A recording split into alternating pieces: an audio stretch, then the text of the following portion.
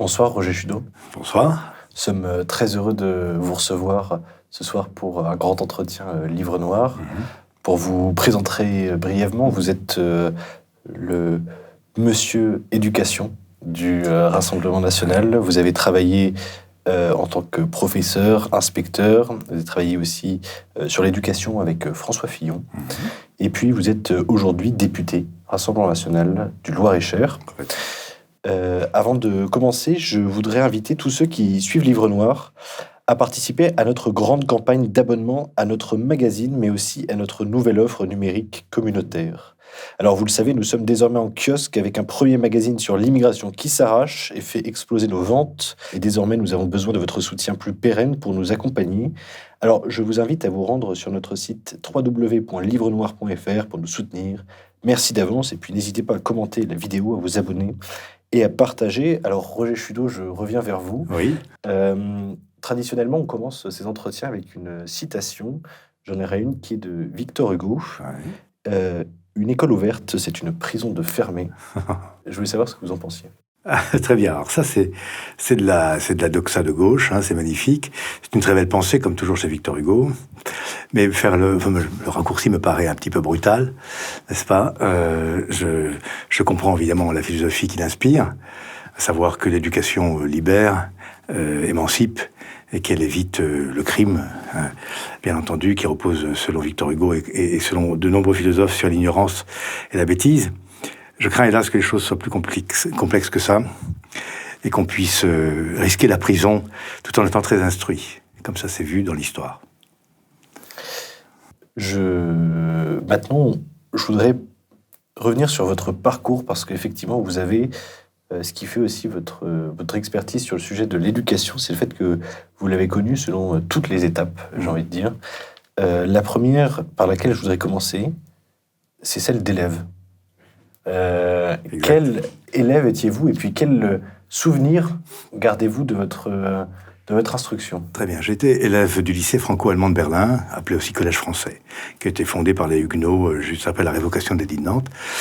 Et à Berlin, cet établissement recevait, c'est sa caractéristique principale, des classes mixtes d'Allemands, composées d'Allemands et de Français, d'élèves d'Allemands et Français. Le corps enseignant était mixte aussi. Par exemple, l'histoire nous était enseignée par un professeur allemand en langue française. Et d'ailleurs, j'ai appris l'allemand j'ai pas appris l'allemand, oui, les cours d'allemand étaient assurés par un professeur d'allemand qui était de nationalité française. C'est assez curieux, tout ça. Enfin bon, bref, j'ai été un élève, un bon élève jusqu'au collège, et ensuite, j'ai été un parfait cancre. Mais vraiment parfait, quoi. Puisque je vivais à Berlin, mes parents étaient membres du gouvernement militaire français, c'était le Berlin de la guerre froide. Je vivais dans une garnison, entouré d'hommes en armes, et dans un climat de guerre froide, de quasi-conflit ouvert. Et le garçon, l'adolescent que j'étais, ne rêvait à cette époque-là que d'en découdre. C'est-à-dire, je rêvais de m'inscrire dans l'histoire, comme un soldat. Et donc, je n'avais pas du tout l'intention d'être un élève assidu, ça ne m'intéressait pas. Je voulais en découdre, et je me suis engagé, donc, dans les parachutistes à l'âge de 18 ans, alors que j'avais à peine quitté ma classe de seconde. Vous voyez ? Bon. Après une brève expérience militaire, qui n'a pas été une grande réussite, j'ai retrouvé le lycée, et ayant compris l'intérêt des études, précisément pour l'action, que je n'imaginais pas encore politique, mais pour l'action, j'ai travaillé, et puis j'ai fait un parcours sans faute, enfin, je veux dire sans redoublement, jusqu'à l'agrégation d'allemand. Après cette agrégation d'allemand, vous devenez professeur. Qu'est-ce que le professorat voulait dire pour vous ? Quelle importance ça avait ? Est-ce que c'est vraiment une vocation ? Est-ce que c'est un métier comme un autre ? Ah non, c'est pas un métier comme un autre. Je suis un germaniste, donc j'ai étudié de près la civilisation germanique, qui n'est pas qu'allemande, mais qui est essentiellement, en ce qui me concerne en tout cas, allemande et autrichienne. Et lorsqu'on s'investit à ce point dans une culture étrangère, au point de l'épouser, C'est vous dire qu'au moment de l'agrégation, comme d'ailleurs tous les agrégatifs, je pense, je pensais en allemand. C'est extraordinaire. Et donc, quand j'ai eu quand j'étais admis et que je suis devenu professeur par le fait même, ce qui m'a motivé, c'est de transmettre cette passion à mes élèves. Et j'ai aimé enseigner, parce que j'ai aimé enseigner la matière que je maîtrisais, enfin que je pensais maîtriser. En tout cas, celle que je voulais transmettre à mes élèves, cette passion pour l'Allemagne, pour l'intelligence allemande, pour la grandeur de la pensée allemande, toutes ces choses-là, sa littérature. Ça m'a passionné pendant 10 ans. J'ai été professeur pendant 10 ans. J'enseignais de la 6e à bac plus et quelques, en France et à l'étranger. Et puis j'ai cessé à un moment donné, parce qu'au bout de 10 ans, grosso modo, on peut dire, sauf exception, que on a un peu épuisé le sujet. Il aurait fallu, pour continuer, peut-être que j'aille vers l'enseignement supérieur, aux classes préparatoires, ce qui n'était pas vraiment possible à ce moment-là pour moi. Donc j'ai bifurqué vers l'administration scolaire, c'est-à-dire je suis devenu principal de collège et proviseur de lycée.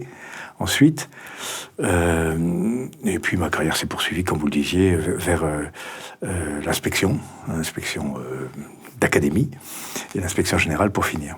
Je voudrais rester un petit peu sur, évidemment, le professorat, parce que c'est forcément au cœur de l'enseignement aujourd'hui. Alors, je tairai les années durant lesquelles vous avez été professeur, mais effectivement, c'était il y a un petit peu de temps. Voilà. C'était pas hier, c'était avant-hier. Oui. Voilà.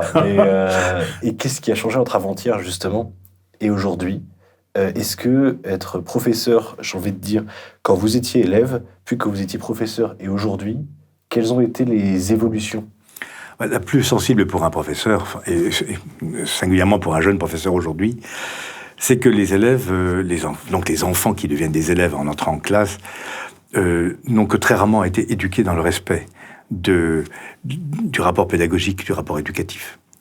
Ils ont parfois été élevés dans le respect de rien du tout d'ailleurs. C'est-à-dire qu'ils ont un problème avec l'autorité en général, avec le travail en particulier, l'effort, toutes les valeurs fondatrices au fond de tout apprentissage.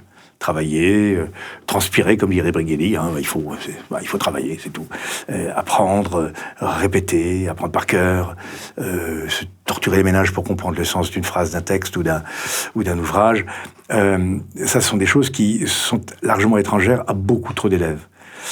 Et c'est dû probablement, alors là je vais essayer d'éviter les généralités, mais enfin c'est difficile tout de même, c'est dû probablement au délitement de l'autorité familiale, à l'atomisation, l'individualisation forcenée de la société, qui fait que les enfants sont considérés très jeunes comme ayant voix au chapitre, comme des individus à part entière finis, alors qu'ils sont juste en formation, que ce sont infant signifie en latin qui ne parle pas. Hein.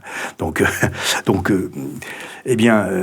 je crois que notre société, depuis 30 ou 40 ans, pour des raisons profondes, a voulu promouvoir l'enfant comme une espèce de centre de la famille, et Lionel Jospin, pour notre malheur, l'a placé par la loi de juillet 1989 au centre du système éducatif. Au centre de l'école, il y a l'élève, ce qui est une erreur funeste, puisque ce n'est pas ça qui est au centre de l'école. Ce qui est au centre de l'école, c'est la transmission du savoir à l'élève. Mais c'est pas l'élève qui est le centre du système, ça n'existe pas. Dire ça, c'est comme être un contresens terrible du point de vue éducatif, et nous en payons aujourd'hui les dividendes, enfin nous en ramassons les dividendes et nous en payons les dégâts. Un jeune professeur aujourd'hui est face à une classe dont une partie significative ne comprend même pas ce qu'elle fait là. Et n'a qu'une idée, c'est de s'enfuir de ce lieu de contrainte, d'effort et d'exercice. Ce qui me fait dire ça, c'est les émeutes de juillet dernier ont montré quelque chose de terrible. On a vu des collégiens incendier leur collège. Donc, évidemment, ils ne l'ont pas fait politiquement parce que je pense qu'ils sont pratiquement trop bêtes pour cela. Mais ils l'ont fait, c'est encore pire, spontanément. Ils s'en sont pris à un collège où est inscrit Liberté, Égalité, Fraternité, où flotte le drapeau tricolore, et qui est une institution vouée à émanciper les élèves, à les affranchir de toutes les servitudes morales, idéologiques ou religieuses qui peuvent peser sur eux en tant qu'enfants. Et ils n'ont pas compris qu'ils s'en prenaient un lieu de liberté. Ils ont sans doute imaginé que c'était une prison. Alors c'est exact inverse. pour revenir à Victor Hugo. Le collège, c'est la liberté. Et ils ont attaqué donc des lieux de liberté. Ça montre le désastre éducatif dans lequel nous pataugeons depuis, à mon avis, plusieurs décennies. Je voudrais revenir juste sur une chose dont vous avez parlé, c'est du délitement de l'autorité parentale. Quel doit être... est-ce qu'il y a un tandem famille-école? Et si oui, où il se complète? Alors moi, je suis un homme assez classique, évidemment. Je dirais évidemment, en raison de ma formation et de mon âge. J'estime que, comme le dit la loi d'ailleurs, la famille est le premier lieu de l'éducation des enfants. En fait, c'est même le lieu central de l'éducation des enfants. Tout le rapport de l'enfant au monde s'apprend d'une certaine manière, dès les premiers pas, ou même avant les premiers pas, n'est-ce pas?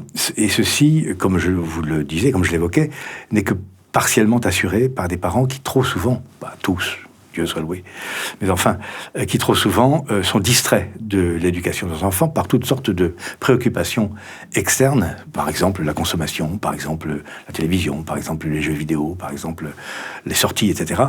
Et je pense sincèrement qu'il y a un défaut d'éducation assez généralisé chez nous. Mais encore une fois, je ne veux pas généraliser à l'excès non plus. Il y a évidemment des familles qui sont très attentives à l'éducation de leurs enfants et qui, d'une certaine manière, les préparent ainsi à devenir de bons élèves.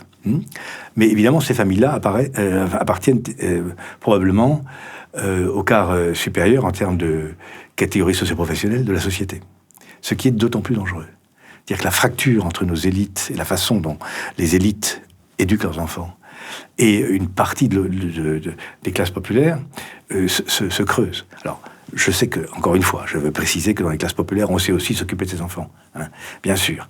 On s'en occupe très bien dès lors qu'on a compris que l'école était un moyen d'émancipation et un ascenseur social. Ça existe, évidemment, heureusement, dans les classes populaires. De même, à l'inverse, dans les classes aisées, voire même très aisées, il y a des enfants qui sont complètement livrés à eux-mêmes et qui sont complètement perdus, comme on le voit dans certains lycées de l'ouest de la région parisienne, où il y a de gros soucis avec des enfants dont les parents ne manquent de rien. Donc, encore une fois, évitons quand même les caricatures, mais d'une manière générale, la société de consommation qu'on a érigée en modèle indépassable de la civilisation abîme énormément le noyau familial, sans même parler des divorces, des familles monoparentales, etc. Ce phénomène que tout le monde connaît, n'est-ce pas? Donc, nous sommes une société très abîmée par le capitalisme, pour redevenir un peu politique, je le pense sincèrement, qui n'a besoin que de consommateurs, qui n'a que faire des citoyens, et qui n'a que faire des nations aussi au passage, qui sont vraiment les empêcheurs de consommer en rond. Et je crois que le système a une puissance, le système que l'on voit par la publicité, que l'on voit par le politiquement correct, que l'on voit s'exercer sur les réseaux sociaux désormais, ce système-là pousse à l'individualisation maximale et fait de chaque individu une sorte de roi, enfin de souverain absolu sur le reste du monde. Ce qui crée évidemment des tensions énormes en classe, puisqu'un professeur confronté à une trentaine ou à une vingtaine d'enfants déstructurés passe un temps fou à obtenir ne serait-ce que l'attention nécessaire pour commencer à enseigner. Beaucoup vous disent, je mets 10 minutes de discipline avant d'avoir le silence. Bon, ça n'est pas rare, je veux dire, là c'est vraiment anecdotique peut-être, mais c'est très courant. Et donc, ça abîme tout. Ça abîme l'éducation, ça abîme l'enseignement, et ça explique en partie la baisse du niveau. Justement, parlons de niveau. Votre objectif, c'était notamment de le contrôler lorsque vous étiez, je reviens à votre carrière, inspecteur de l'éducation nationale. Ce qu'on entend souvent de la part des professeurs, c'est que ils ont un lien très compliqué avec les inspecteurs, même avec parfois leur direction directe, face à l'administration en général, au rectorat. Pourquoi est-ce que les professeurs ressentent ça aujourd'hui ? Je pense qu'il y a eu un excès d'utilisation des corps d'inspection à des fins quasi-politiques. Je m'explique. Les corps d'inspection ont pour mission de veiller à la conformité des enseignements, c'est-à-dire au respect des lois et règlements. Il y a un code de l'éducation, on le respecte. Bon. On respecte les élèves, on respecte les programmes, on respecte les horaires, on respecte les cursus, bref. On applique la réglementation éducative telle que la prévoit la loi et la réglementation. Ça, c'est le rôle les inspecteurs exercent un contrôle de conformité. Ils ont également une fonction de conseil et une fonction d'évaluation des capacités professionnelles des gens, puisque ils interviennent dans le déroulement de leur carrière. Mais depuis 2 ou 3 décennies, les corps d'inspection, que ce soit dans le premier degré, dans le second degré, ou dans le second degré, ont été employés par les ministres successifs comme des propagandistes, c'est-à-dire faire passer telle réforme. C'est-à-dire qu'au lieu de faire des formations professionnelles sur la pédagogie d'une discipline, sur la didactique, n'est-ce pas, les inspecteurs ont souvent été instrumentalisés pour devenir les porteurs d'une réforme quelconque, par exemple, je sais pas, par exemple les mathématiques modernes autrefois ou l'enseignement aujourd'hui de la, comment on appelle ça, de l'écologie, du développement durable. Vous voyez, là maintenant ils vont être très mobilisés sur le harcèlement. C'est évidemment très bien sur le fond, mais on en fait un petit peu, si vous voulez, des comment dirais-je, des commerciaux, quoi. Ils défendent la dernière idée en date ou la dernière lubie en date du ministre auprès des professeurs qui ont à ce moment-là soit un réflexe de soumission un peu craintive, hein, évidemment, soit un réflexe de retrait, c'est-à-dire, bon, on fait comme d'habitude et on s'occupe de rien, on le laisse parler, et de toute façon, comme on le voit une fois tous les 3 ans, ou tous les 10 ans plutôt, ça n'a pas beaucoup d'importance. Donc, si vous voulez, je pense qu'on a eu tort d'instrumentaliser les corps d'inspection. Hein, ils ont une fonction institutionnelle qu'il faut absolument rétablir, et nous le ferons si nous arrivons aux affaires.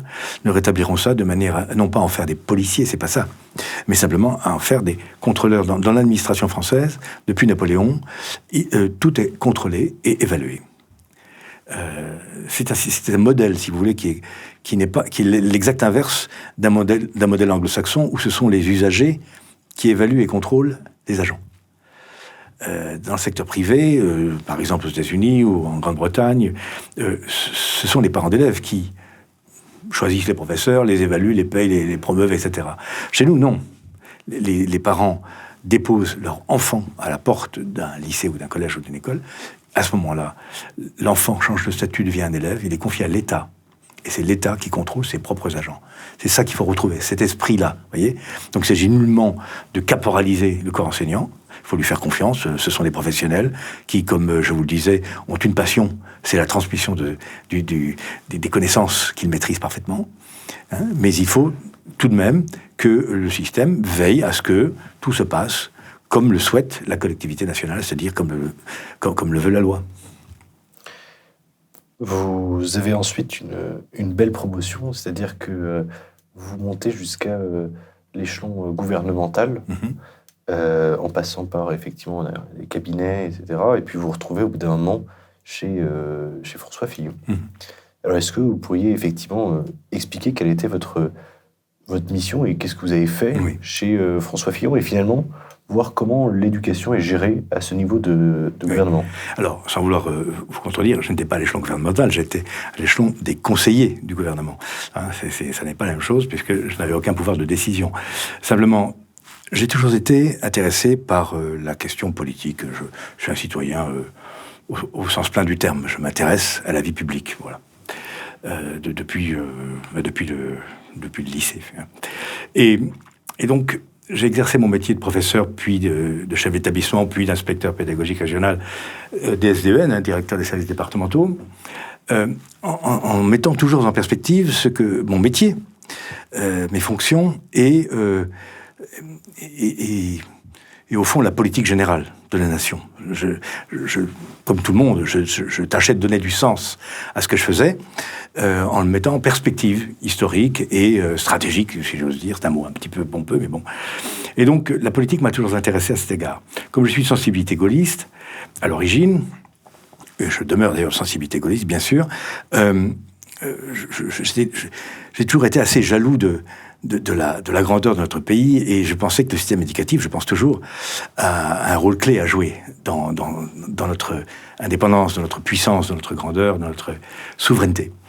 Et donc, ça m'a conduit très tôt, à côté de mes fonctions de chef d'établissement ou d'inspecteur ou de directeur départemental, à me rapprocher, notamment à l'époque du RPR, n'est-ce pas, pour contribuer à la réflexion des politiques sur la question éducative. Très tôt, j'ai intégré des groupes de réflexion, généralement animés par d'anciens recteurs, etc., qui travaillaient à l'élaboration de plateformes programmatiques pour le RPR, pour pour les gaullistes.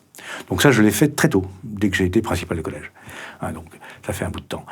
Et donc, à force évidemment de fréquenter cette zone médiane entre le politique et l'administratif, j'ai fini par rencontrer des personnalités qui m'ont attiré auprès d'elles, d'abord sur le plan administratif, puis ensuite, qui elles-mêmes devenues politiques, m'ont dit vous allez rejoindre mon cabinet. Voilà, c'est comme ça que ça s'est fait, avec Gilles de Rebien, avec François Fillon ensuite. Donc j'ai été dans la technostructure des cabinets ministériels, c'est-à-dire de ces hommes qui traduisent, qui tentent de traduire en actes administratifs une volonté politique, mais qui éclairent en même temps les décisions politiques par leur expertise administrative et leur mise en perspective de ce que ça peut produire. Vous voyez, qui sont chargés de l'étude d'impact, un peu, si je puis dire, politique. Et donc, je suis rentré en politique active comme ça, par ce biais-là. Ensuite, donc, j'ai rejoint l'inspection générale parce que j'étais, d'une certaine manière, prêt pour ces fonctions-là, qui sont des fonctions d'analyse globale du système, n'est-ce pas? Voilà. Alors, je vais peut-être vous trahir un petit peu aux yeux de nos auditeurs, mais la première fois que je vous ai rencontré, nous avions parlé effectivement de cet entretien et des conséquences des politiques de gauche sur l'éducation, mais aussi, je vous avais dit, des politiques de droite. Vous avez été dans un gouvernement de droite sur le sujet de l'éducation, et pourtant, vous critiquez aussi ce que la droite a fait en matière d'éducation. Est-ce que vous pouvez expliquer pourquoi? Absolument. La droite a toujours été, vis-à-vis de la question éducative, un petit peu gênée aux entournures. Ça a toujours été pour eux un problème. Elle a toujours considéré que le ministère de l'Éducation nationale était un ministère dispendieux, dépensier, bref. Une source de problèmes avec les syndicats, maintenant aussi avec les lycéens, bref, avec les jeunes, tout ça coûtait cher, était bien embarrassant, et que c'était plutôt, une corvée d'être ministre de l'Éducation nationale qu'une promotion. Beaucoup l'ont vécu comme ça. Parce qu'ils disaient, je suis obligé de prendre ce ministère, c'est dans mon cursus honorum, je suis obligé d'y passer, mais enfin, ça me fait suer, quoi. Bref. Je l'ai senti comme ça, je l'ai ressenti, je l'ai entendu dire aussi. Et alors, pour illustrer ce propos qui peut paraître un petit peu, anecdotique, il va être précis.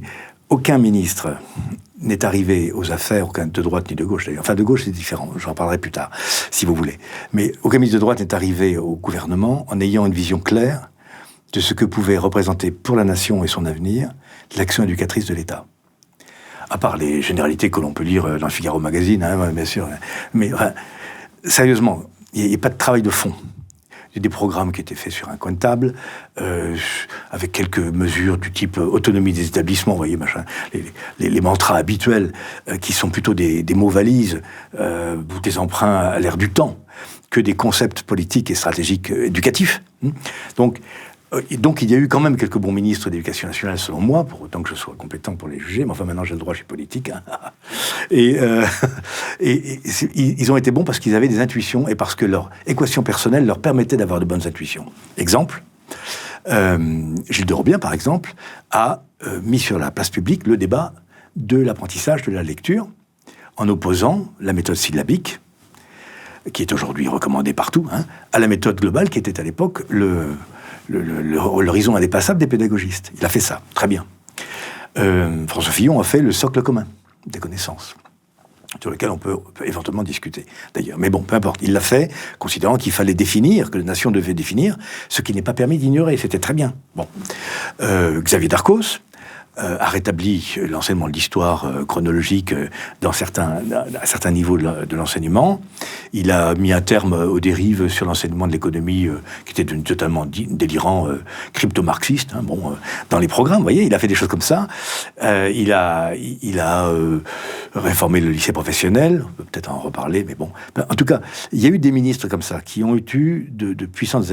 Monory, qui a créé la direction de l'encadrement et la direction de la prospective, de l'évaluation de la prospective. Il y a eu de bons ministres de droite, mais d'abord, ils ont eu une vie bien trop courte, puisque le temps moyen d'exercice d'un ministre de l'Éducation nationale sous la 5e, c'est 2 ans et demi à peine. Donc la première année où vous arrivez comme ministre, l'année a été préparée par votre prédécesseur. Donc vous regardez passer les trains. Hein. Ensuite, vous dites, je vais faire des réformes, vous en faites une, et puis après, vous êtes parti. Voilà. Et le successeur la détricote ou l'amende au point qu'elle devienne méconnaissable. Et ce petit jeu, si vous voulez, est typiquement de droite, c'est-à-dire tout ça est très ennuyeux, très pénible au fond. Et c'est très éloigné de ce que rêvent les hommes d'État de droite. Les hommes d'État de droite, ils rêvent quoi? Ils rêvent d'être ministre des Affaires étrangères, de l'Intérieur, des Finances, de l'Armée, de la Justice, du régalien pur. Et là, ça les ennuie. Bon, et donc, si vous voulez, on paye maintenant le prix de cette espèce de distance un peu, un peu hautaine, un peu snobinarde aussi, d'une partie de l'élite de droite vis-à-vis de la question éducative. Ça peut paraître quand même contre-intuitif, parce qu'effectivement, la droite se revendique comme étant le parti de l'héritage et de la transmission. Oui, bien sûr, mais c'est oublier que quand un ministre de droite prenait le pouvoir, on peut en parler au passé, prenait le pouvoir, il avait immédiatement face à lui le front uni du refus syndical, le front du refus. Donc, qui immédiatement établissait, comme ils disent eux-mêmes, un rapport de force avec le ministre, n'est-ce pas, pour lui faire revenir sur ses éventuels projets liberticides ou antipédagogiques ou que sais-je, n'est-ce pas.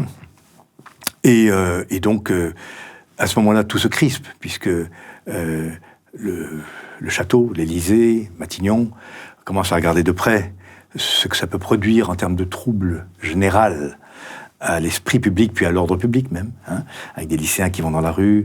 Il y a le syndrome de Malek-Oussekine, tout ça, ça jouait beaucoup à l'époque, je l'assure. Hein. Fillon a été débarqué par Chirac du jour au lendemain, parce que Fillon voulait réformer le baccalauréat. Je me souviens de ça.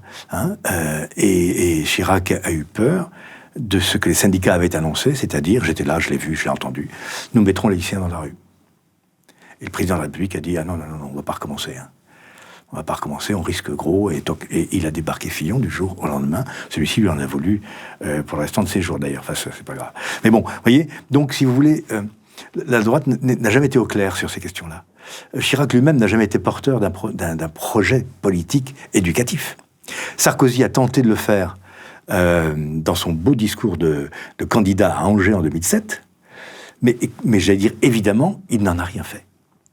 Il avait, par exemple, remarqué, Sarkozy, bien conseillé en l'occurrence, que la formation initiale des professeurs, assurée par les IUFM à l'époque, Institut universitaire de formation des maîtres, créé par Jospin, en remplacement des écoles normales et des IPES, et donc que cette formation était défaillante, qu'elle était totalement idéologisée par le politiquement correct, le pédagogisme, le gauchisme le plus, enfin, je veux dire, de plus bas étage. Et il avait annoncé, je me souviens très bien, à Angers, moi, président, pour reparler comme Hollande, je supprimais les IUFM. Et évidemment, il n'en a rien fait. Hein. Et tout est comme ça. Au début, il s'est pris pour un pédagogue, puisqu'il vous souvenez, il avait fait adopter, lire partout la lettre de... Ah, ce jeune communiste fusillé, la lettre de... Ah, ça va m'échapper. C'est ce jeune communiste de 17 ans qui était fusillé à Saint-Nazaire pendant la Seconde Guerre mondiale. Hein, une lettre poignante, magnifique. Donc on l'a fait lire à tous les écoliers et collégiens de France. Et Sarkozy s'était mêlé, au fond, de devenir le premier éducateur du pays. Et bon, ça a duré 6 mois. Et ça s'est arrêté. Donc, vous voyez, aucun concept global sur la question éducative. Comme si c'était vraiment juste de la gestion, et de la gestion coûteuse en plus. Aujourd'hui, le budget est à 87 milliards pour la mission enseignement scolaire, c'est vous dire. Hein. Donc, les dirigeants considèrent que c'est beaucoup d'argent, et que à ce prix-là, il ne faut pas avoir d'ennui. Et pour pas avoir d'ennui, ben écoutez, on se couche devant les syndicats. Comme ça va plus vite. D'autant plus qu'on n'a pas le temps de les affronter. Et voilà, et tout s'enclenche comme ça. Et c'est pour ça que nous en sommes là où nous en sommes. Alors, c'est bien d'avoir effectivement parlé de la droite, parce que vous avez été déçus, donc, d'ailleurs, je pense que nos auditeurs l'auront compris, par cette droite. Et donc, durant le premier quinquennat d'Emmanuel Macron, vous commencez à vous rapprocher du Rassemblement national, après un passage à l'ICEP, donc l'école de Marion Maréchal. Vous rejoignez un groupe un peu mystérieux, c'est les Horaces. Oui. Est-ce que vous pourriez expliquer bien sûr, sont les Horaces? Après la défaite de François Fillon, que je ressens comme l'effet d'une trahison politique, mais pas seulement vis-à-vis du candidat Fillon, mais également vis-à-vis du projet qu'il portait, qui est un projet de redressement du pays, et donc que j'ai ressenti comme une trahison vis-à-vis de la nation. J'ai considéré que ceux qui s'appelaient encore les Républicains, ils assument encore cette appellation qui me paraît usurpée, en fait, avaient trahi. Voilà. Donc c'est peut-être un petit peu brutal, mais j'ai ressenti comme ça, profondément. Et donc j'ai rompu totalement avec eux. Je n'étais pas élu. J'avais pas de mandat à déposer ou à remettre en question. J'avais juste quelques responsabilités dans les think tanks de LR à l'époque. De LR à l'époque. Et donc, bon, j'ai considéré que la page était tournée, qu'ils s'étaient eux-mêmes, d'une certaine manière, déjugés, et qu'on pourrait tourner cette page. Bien. À ce moment-là, je n'étais pas politique du tout, je ne savais pas quoi faire, je voulais contribuer à la comment dirais-je, à la conquête des esprits, donc à faire de la métapolitique. Et donc j'ai rencontré Marion Maréchal, au moment où elle créait son école, elle m'a admis dans son conseil scientifique à l'époque, et donc, j'ai accompagné les premiers pas de l'institution ICEP, qui est une très belle maison, petite, mais comment dirais-je, valeureuse, pleine de jeunes gens et de jeunes femmes, des patriotes, très enracinés, qui cultivent l'intelligence et la curiosité d'esprit. C'est une très belle maison. Petite maison, mais très belle. Une sorte de Sciences Po, comme on les rêverait. Sciences Po, sans le wokisme, sans le gauchisme, sans le politiquement correct, l'idéal, quoi. Ça fait plus Sciences Po. Ouais, ce serait plus Sciences Po. Bon, bref. Donc, j'ai fait ça pendant quelques années, toujours plutôt sur la question éducative. J'ai même produit un petit livret sur l'islamisme et l'école, etc. Bon. Et puis, les échéances électorales approchant, j'ai demandé à Marion si elle pouvait me rapprocher de sa tante, Marine, afin que je puisse contribuer à la réflexion sur la question éducative auprès d'elle. Et donc, j'ai été ainsi admis dans les Horaces, pratiquement du jour au lendemain, où je me suis évidemment voué à ma spécialité, qui n'est pas obsessionnelle, qui est juste mon métier, c'est-à-dire la question éducative, vue du point de vue, cette fois-ci, d'une candidate à la présidence de la République. C'est pas le même niveau de regard, c'est ça, on rentre pas dans le détail, on essaie de rappeler ou de ramener à des grands principes qui sont fondateurs de l'action éducatrice de l'État, et on défend aussi des conceptions philosophiques sur l'éducation de notre jeunesse, d'où le retour à la transmission, le retour à l'autorité, etc. Donc j'ai été ainsi amené à entrer chez les Horaces. Les Horaces, c'est un think tank, comme on dit en mauvais anglais, c'est-à-dire en fait un groupe de réflexion de hauts fonctionnaires en activité ou retraités, aussi de personnalités de l'économie active, de chefs d'entreprise, qui sont compétents pratiquement dans tous les domaines de la vie publique et qui servent Marine Le Pen au sens où ils produisent analyse, réflexion, suggestions, etc. J'ai continue encore aujourd'hui. Il se passe pas une heure sans qu'il y ait 3 ou 4 messages des Horaces à destination de Marine dans le fil dédié, n'est-ce pas ?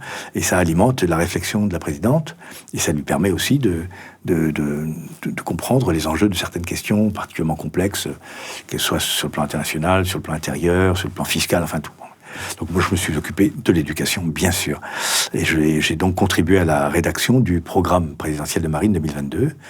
Et là, je m'attelle déjà à peaufiner cet exercice pour faire un beau programme complet de gouvernement pour Marine en 2027. Et alors, justement, quels seraient les grands axes de ce programme éducatif Marine 2027 ? C'est-à-dire que nous pensons que l'éducation nationale est un chef-d'œuvre en péril, une cathédrale qui brûle, pour prendre une expression qui n'est pas de moi, que j'ai trouvée dans un hebdomadaire, une belle expression. Et or, la question éducative l'éducation n'est pas un service public. C'est beaucoup plus que ça. C'est une institution. Si on veut que ce soit un service public, ça peut même être un service privé, tant qu'on y est. Je vous disais au début de notre entretien, après tout, on pourrait, comme le préconisent d'ailleurs certains penseurs de l'éducation, communaliser tout ça, privatiser tout ça, ce serait très bien. Ça marcherait mieux. Ça, c'est une vision économiste, consumériste, où les parents d'élèves et les élèves sont des usagers, voire des consommateurs d'école, et on s'en sort comme ça. On change en fait de logique, de paradigme, de philosophie même. Alors, j'estime pour ma part, et Marine estime aussi de ce point de vue-là, que l'éducation nationale doit demeurer une institution clé de la République. Elle est la dernière institution à recevoir tous les enfants de France, tous, quelles que soient leurs conditions, leur nationalité, leur statut, leur religion. Bon, c'est une institution qui fabrique du vivre ensemble, du ciment national, qui est capital pour la cohésion sociale et nationale.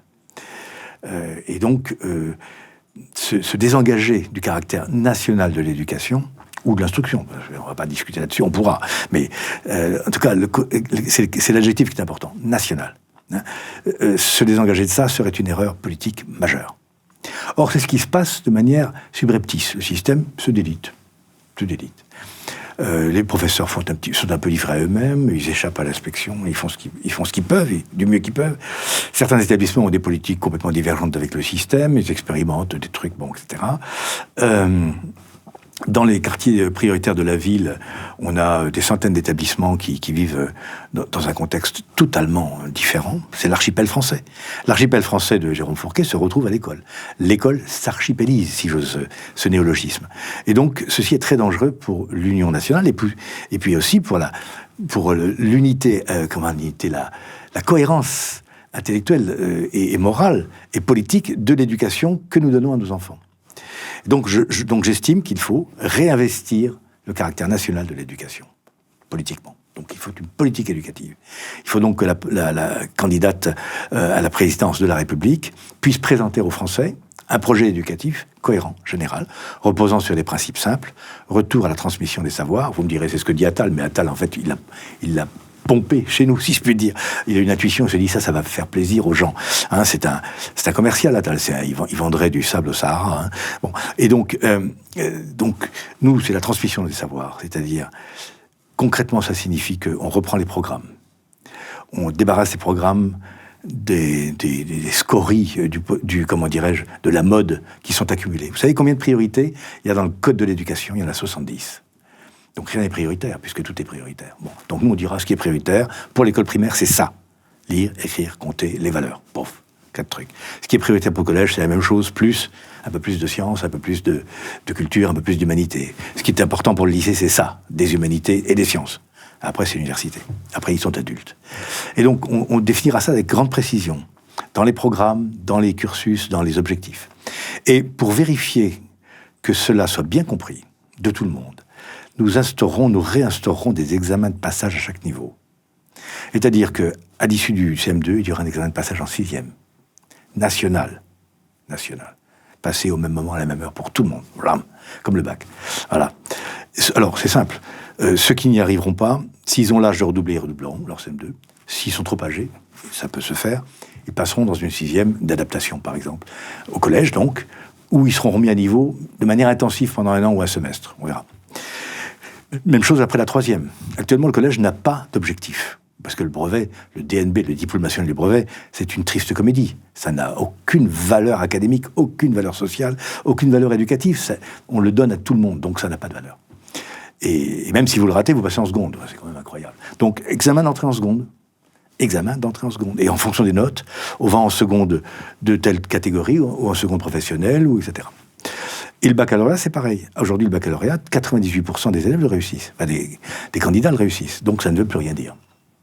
C'est devenu une sorte de certificat de présence. Voilà. Mais vous avez un objectif, par exemple, le fait que, par exemple, il y ait 50% de réussite. Est-ce que vous réfléchissez en ces termes? L'objectif, c'est que tous les élèves y arrivent. Mais chacun à leur rythme. On n'est pas obligé d'avoir tous les ans 98% de réussite. Si la première année où nous réformerons le baccalauréat, il y a 70% de réussite, eh ben les autres, ils redoubleront, puis ils le referont, puis ils l'auront. Hein. Personne n'est pressé, je veux dire. Il n'y a pas d'obligation comme ça de faire du chiffre. 80% de classe d'âge au bac, c'est un objectif qui a été inventé par Chevènement parce qu'il a visité le Japon, ça l'a séduit.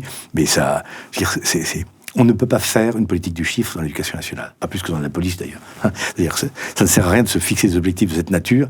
Il faut viser le sens éducatif et académique de ce que l'on fait. Le baccalauréat ne vaut plus rien aujourd'hui, puisque 50% des élèves qui l'ont, les bacheliers, échouent en première année de fac. 50%, tous les ans, blam blam.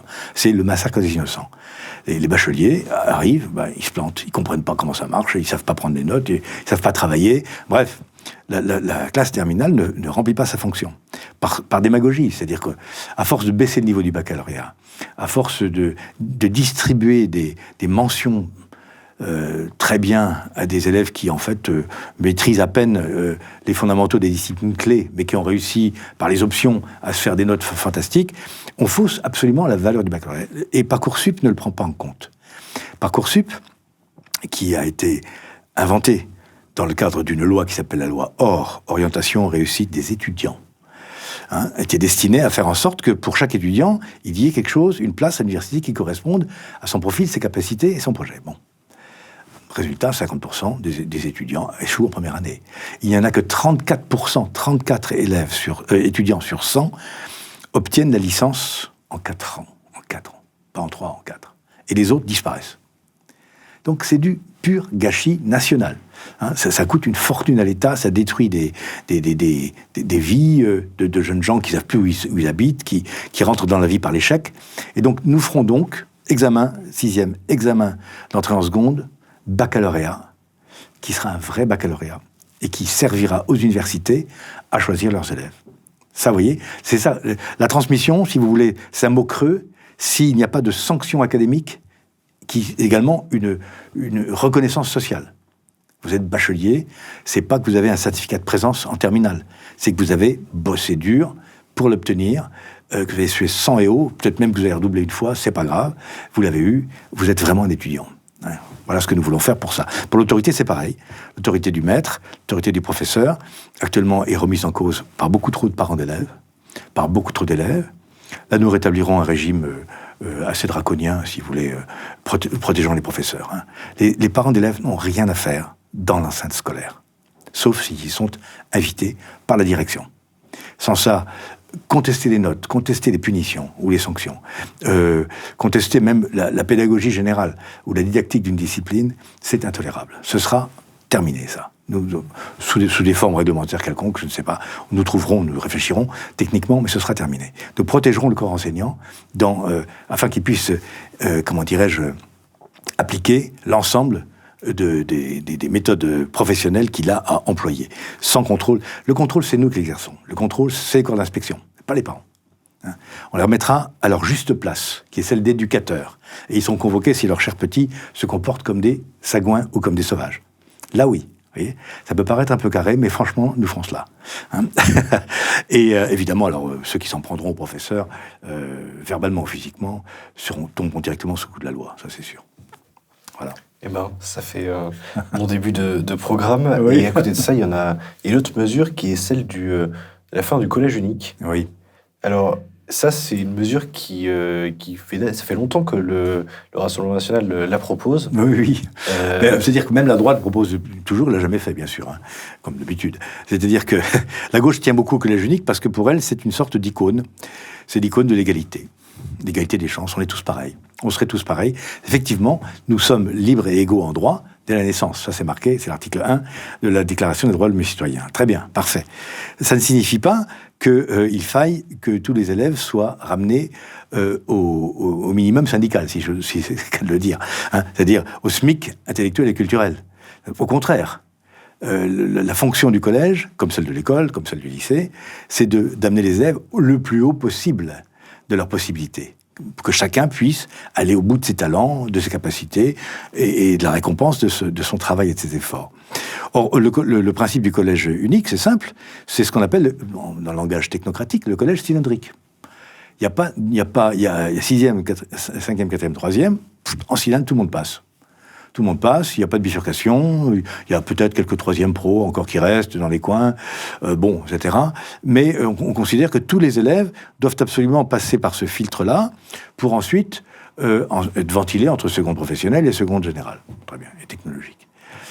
C'est une erreur funeste, parce que les élèves qui arrivent en 6e se répartissent assez facilement entre élèves qui savent parfaitement lire qui lisent un texte facilement et qui le comprennent immédiatement, et ceux qui lisent avec leurs doigts, mot après mot, c'est-à-dire les 50% qui ne maîtrisent pas la lecture fluide. Donc ceux-là doivent être pédagogiquement reçus et traités à part, pour les aider à surmonter cette difficulté qui n'est que passagère, n'est-ce pas? Et donc nous sommes, pour la réinstauration, parce que ça existait déjà et ça marchait très bien, des groupes de niveau matière. C'est-à-dire que dans chaque matière, il y a des groupes de niveau. Il y a des élèves qui sont très doués en maths, ils sont dans le groupe 1, et le même est plutôt faiblard en anglais, il est dans le groupe 3. Bon, mais dans le groupe 3, il fait de l'anglais à haute dose pour rattraper le niveau du groupe 1, vous voyez, c'est ça. Et donc, cette organisation scolaire, il faut la mettre en place, elle bouleverse complètement le collège, c'est la fin du collège unique. Et nous voulons, et nous ferons, nous mettrons ça en œuvre, nous voulons la fin du collège unique. Livre noir. Oui, ce sera Livre noir. Quel meilleur nom que celui-ci, si proche de ce qu'étaient nos ambitions, celle de contribuer à la vie politique et médiatique du pays, celle de traiter des sujets dont personne ne parle ou dont on ne parle qu'en écumant les mêmes mensonges au service des mêmes soumissions. Aujourd'hui, Livre noir est là. Nous occupons le terrain, les réseaux sociaux, les kiosques et les plateaux. Et demain, grâce à vous, nous demeurerons. Sur Livre noir, nous vous dirons toujours ce que nous avons vu. À vous de voir ce que vous voyez.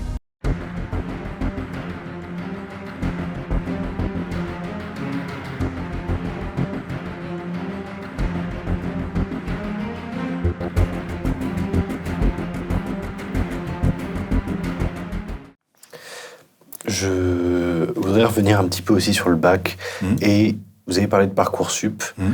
On a aussi l'impression qu'aujourd'hui, il y a quelque part trop de gens diplômés. Que, effectivement, il se passe la même chose avec les diplômes de licence ou de master qui s'est passé pour le bac et le brevet. C'est-à-dire qu'effectivement, alors évidemment, si on voulait être dans la caricature, on parlerait de la fac de sociaux, mais de façon plus générale, on a l'impression qu'il y a trop de diplômés. Est-ce que c'est vrai, déjà? Et ensuite, qu'est-ce que... Je ne pense pas qu'il y ait trop de diplômés. Je pense qu'il y a trop de diplômes qui n'ont que peu de valeur académique et sociale. Donc, si Parcoursup existe, c'est parce qu'il manque 90 000 places à l'université. La vérité, c'est que l'État... Enfin, pas l'État, non, le gouvernement, nuance, n'a pas voulu, les gouvernements successifs n'ont pas voulu construire davantage d'universités pour recevoir davantage d'étudiants. Ils ont préféré installer un algorithme qui permet de les répartir. Bon, franchement, là va comme je te pousse, parce qu'il y a quand même beaucoup de choses très approximatives. Et donc, ça fonctionne comme ça peut. Et je pense que ça ne fonctionne pas bien, puisqu'il y a encore beaucoup trop de formations qui sont submergées de candidatures, alors qu'en fait, elles ne mènent pratiquement pas à l'emploi, et elles n'ont qu'une faible valeur sociale, parce que tout le monde ne peut pas être professeur de PS, si vous voulez. On peut pas aller tous en STAPS. On a besoin de sociologues, beaucoup, mais enfin, un ou deux par entreprise, un ou deux par service, ça va, mais on n'a pas besoin de 15 000 sociologues par an. Donc, il y a des choses qui ne sont pas régulées et qui devraient l'être par le sommet, pour le coup, par l'État, par le gouvernement, qui doit demander à son administration centrale de modifier, avec les universités, l'offre de formation pour la faire bien correspondre aux besoins de la nation. Tout bonnement. C'est-à-dire l'économie, l'administration, la science, la recherche, l'enseignement. Tout ceci peut parfaitement se prévoir. Nous avons largement les moyens techniques de nous projeter, de faire de la prospective en matière de formation dans l'enseignement supérieur. Donc, nous avons besoin de beaucoup de diplômés. Une nation comme la nôtre doit absolument élever son niveau général de connaissances. Encore, davantage. Les pays émergents, qui nous taillent des croupières dans bien des domaines maintenant, sont des pays où la part de PIB consacrée à l'éducation et à la recherche sont supérieures aux nôtres, largement. Les pays où le système éducatif est le plus exigeant, Singapour, le Japon, la Corée du Sud, je vous assure, les élèves sont un peu stressés, ça c'est normal. Mais enfin, ils réussissent. Et après, le Pakistan, l'Inde, leurs ingénieurs sont excellents. Ils valent largement les nôtres. On les fait venir parce qu'on n'en a pas assez, vous voyez. Donc, il faut absolument que nous augmentions le nombre de nos diplômés d'enseignement supérieur, mais pour des formations qui aient une valeur stratégique pour l'avenir du pays. Et ça, c'est de la politique. C'est là que le ministre de l'Enseignement supérieur de Marine Le Pen devra, en lien avec l'université, le monde économique, le monde scientifique, les instituts, définir ce que doit être un schéma prévisionnel d'offre de formation supérieure pour 30 ans. C'est parfaitement faisable. Alors on va me dire, mais il y a des métiers qui n'existent pas maintenant, qui existeront dans 30 ans. Certes, mais enfin, une tête bien faite, elle absorbe absolument tout. Donc, si vous êtes correctement formé, vous pouvez faire successivement dans votre vie 5-10 métiers. C'est pas le problème. Donc, mais il faut des perspectives que nous n'avons pas pour l'instant. À rebours de tout ce qu'on vient de dire, je voudrais passer aussi sur tout ce qui est de l'enseignement professionnel, du fait qu'aujourd'hui, on a l'impression que, en tout cas, beaucoup de lycéens ont cette impression que s'ils vont en bac professionnel, s'ils vont en bac technologique, c'est parce qu'ils ont échoué aller au bac général. On a l'impression qu'il y a une forme de mépris, de rejet pour les métiers qui sont soit plus manuels, soit qui ne nécessitent pas forcément de licence. Vous avez raison. Nous sommes dans un pays de caricature. Notre corps enseignant de l'école et du collège et du lycée général est largement instruit culturellement, considère largement que les études professionnels, les métiers d'art, les métiers même de l'industrie, sont une sous-catégorie de l'enseignement. Et je pense que c'est une lourde faute, et c'est largement imputable à la formation initiale qu'ils ont reçue. S'ils avaient été correctement préparés à leur métier, les professeurs auraient abandonné ces préjugés depuis longtemps. Tous ne les ont pas, mais c'est quand même très répandu. J'ai présidé pas mal de conseils de classe, et je peux vous dire que ce que vous décrivez est vrai. On va dans l'enseignement professionnel par défaut. Parce qu'on ne peut pas aller en seconde générale. Voilà, on n'a pas les notes, on n'a pas le niveau, pouf, allez hop. Et donc, ceci est absolument intolérable. En dehors même du mépris insupportable que ça suppose vis-à-vis des élèves et vis-à-vis des formations en question, c'est totalement contre-productif du point de vue économique, du point de vue social. Bref, tout ça est un gâchis épouvantable. Alors, le gouvernement a proposé une réforme de l'enseignement professionnel portée par un grand Jean, la ministre déléguée, qui est pas trop mauvaise. Cette réforme n'est pas mal, il faut dire, parce que elle renforce le caractère professionnel de la formation. Ils ont l'intention, et je les approuve, de faire le ménage dans des formations totalement obsolètes, qui ne servent absolument à rien, dont plus personne l'emploie dans aucune industrie ni aucun commerce. Il y en a quand même pas mal, et de moderniser l'ensemble. Bon. Alors, il y a des tas de questions qui restent à poser. Moi, je pense que les élèves de l'enseignement professionnel doivent recevoir une formation, une culture générale solide. C'est-à-dire que certes, on les prépare à l'activité professionnelle par l'acquisition de savoir-faire technique et professionnel, mais il faut également que les élèves de l'enseignement professionnel aient une solide culture générale. C'est pourquoi je suis pour l'introduction de la philosophie en bac pro, par exemple. Il n'y a aucune raison qu'il n'en ait pas. Je trouve que c'est une marque insupportable de mépris intellectuel pour ces jeunes. Je ne vois pas pourquoi un lycéen de mécanique générale, en terminale serait incapable de réfléchir, je sais pas moi, au sens de la vie, aux sciences, aux arts, enfin...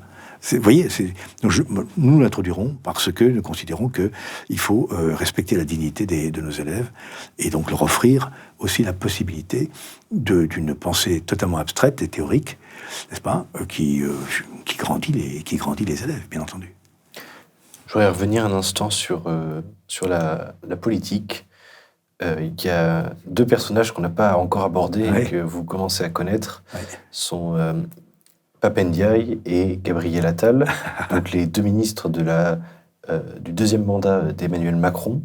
Alors, ce qui avait été remarqué chez vous durant la première année de votre mandature, c'est votre minute de l'antipape, où vous critiquiez toutes les semaines Pape Ndiaye.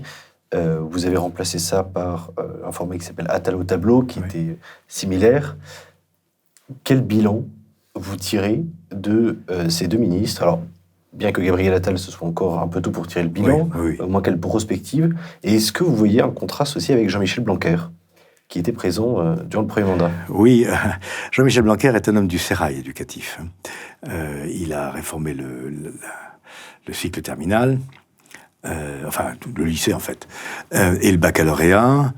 Il a rétabli au collège un certain nombre d'enseignements que ses prédécesseurs de gauche Payon, Vallaud-Belkacem et... Ah, comment il s'appelle le troisième, là, j'ai oublié, peu importe. Il est resté que 9 mois, de toute façon, bon, on peut oublier son nom, avait abîmé le collège en supprimant le latin grec et l'allemand, etc. Bon. Il a rétabli un certain nombre de choses. Jean-Michel Blanquer, il a bien fait. C'est pourquoi il a été la coqueluche de la droite pendant quelques mois.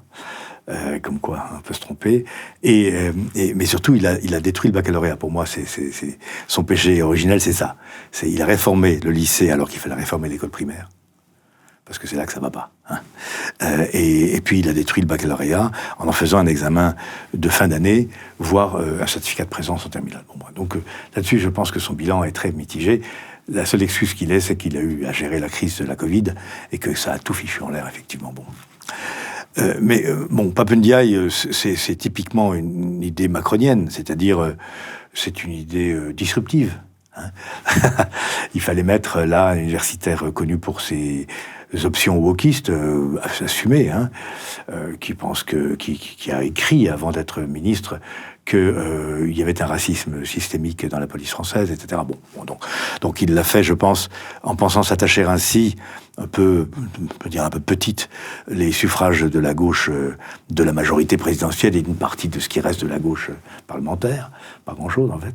Bon, tout ça a échoué parce que le personnage n'était pas du tout taillé pour cet emploi. Vraiment pas. Donc, il me faisait presque pitié parce qu'il était tellement à contre-emploi que je me moquais gentiment de lui. La minute de l'antipape, ça n'était pas insultant, jamais. Je ne me permettrai pas, puis je ne suis pas quelqu'un d'insultant vis-à-vis des personnes, mais je me moquais un peu de ces maladresses consécutives. Quand on lui parle de l'abaya, il nous répond « Écoutez, je ne suis pas ministre pour mesurer la longueur des jupes des jeunes filles », ça montre à quel point il ne comprend pas même ce que ça représente. C'est-à-dire qu'il n'a pas réfléchi à la question, ou alors il refuse, parce que comme ce n'est pas un imbécile, loin de là, il refuse d'admettre que cela puisse avoir une quelconque portée politique, le port de l'abaya ou du camis, vous voyez.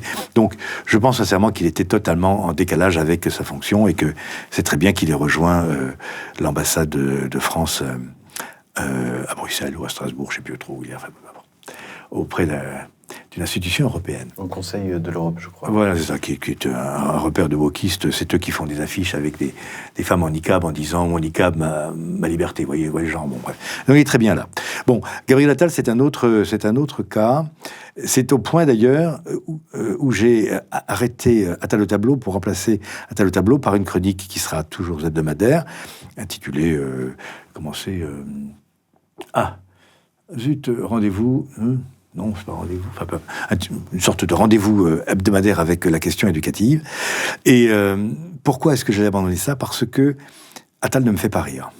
Mais pas du tout, alors. Il me fait pas rire, je le trouve redoutablement dangereux.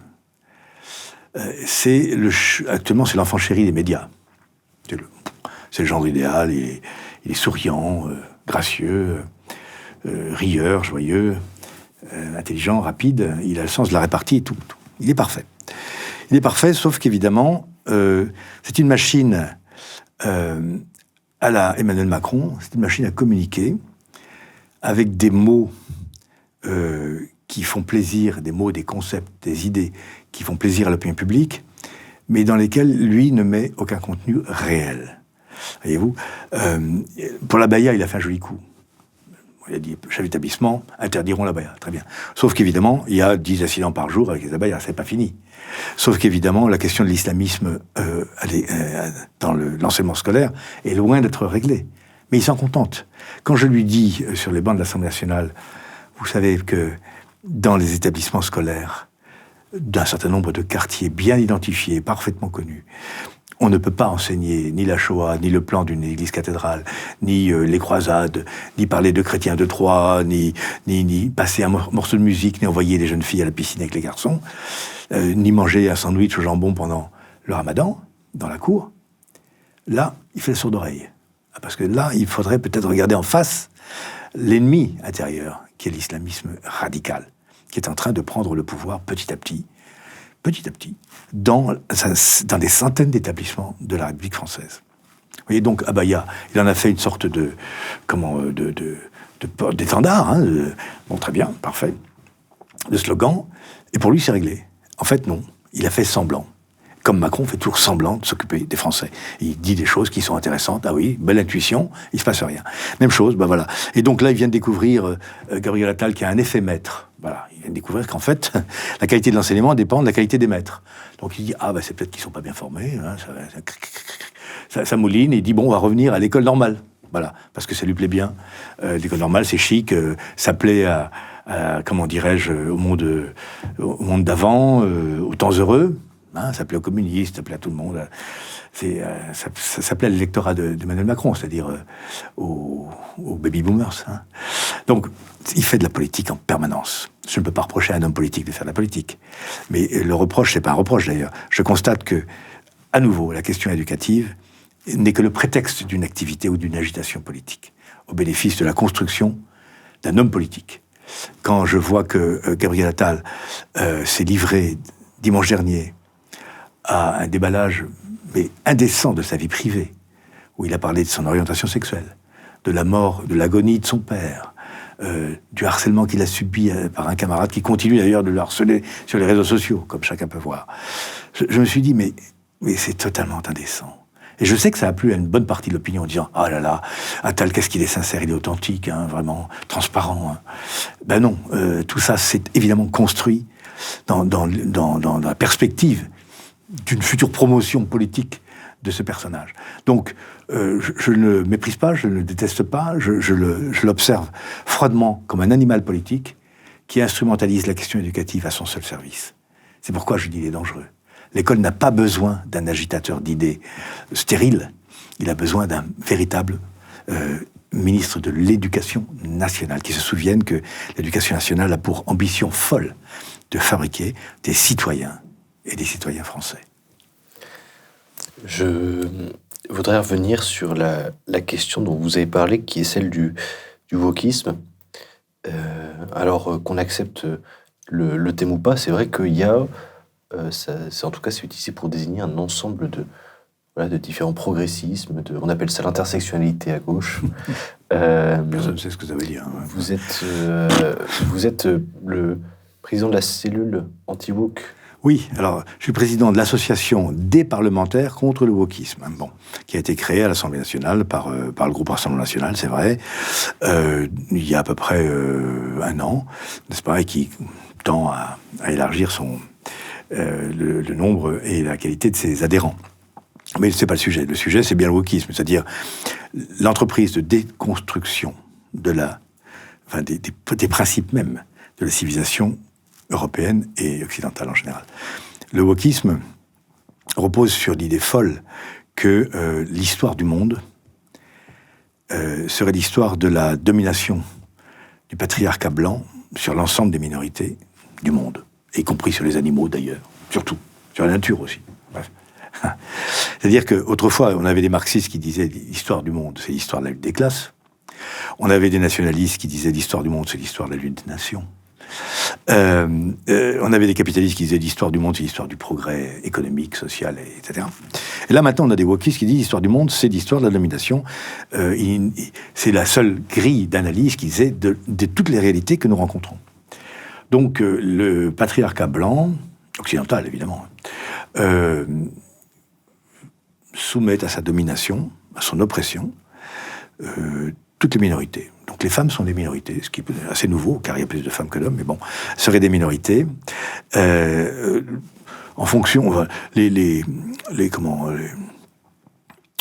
homosexuels, les transgenres, les gros, les obèses, les handicapés, tous ces gens-là seraient structurellement, de manière systémique, l'objet d'une oppression permanente, d'une domination des mâles blancs qui passe partout, c'est-à-dire par l'histoire. C'est pour ça qu'il faut déboulonner les statues, parce qu'il faut renverser les statues symboliquement de l'histoire de l'homme blanc triomphant sur le monde entier.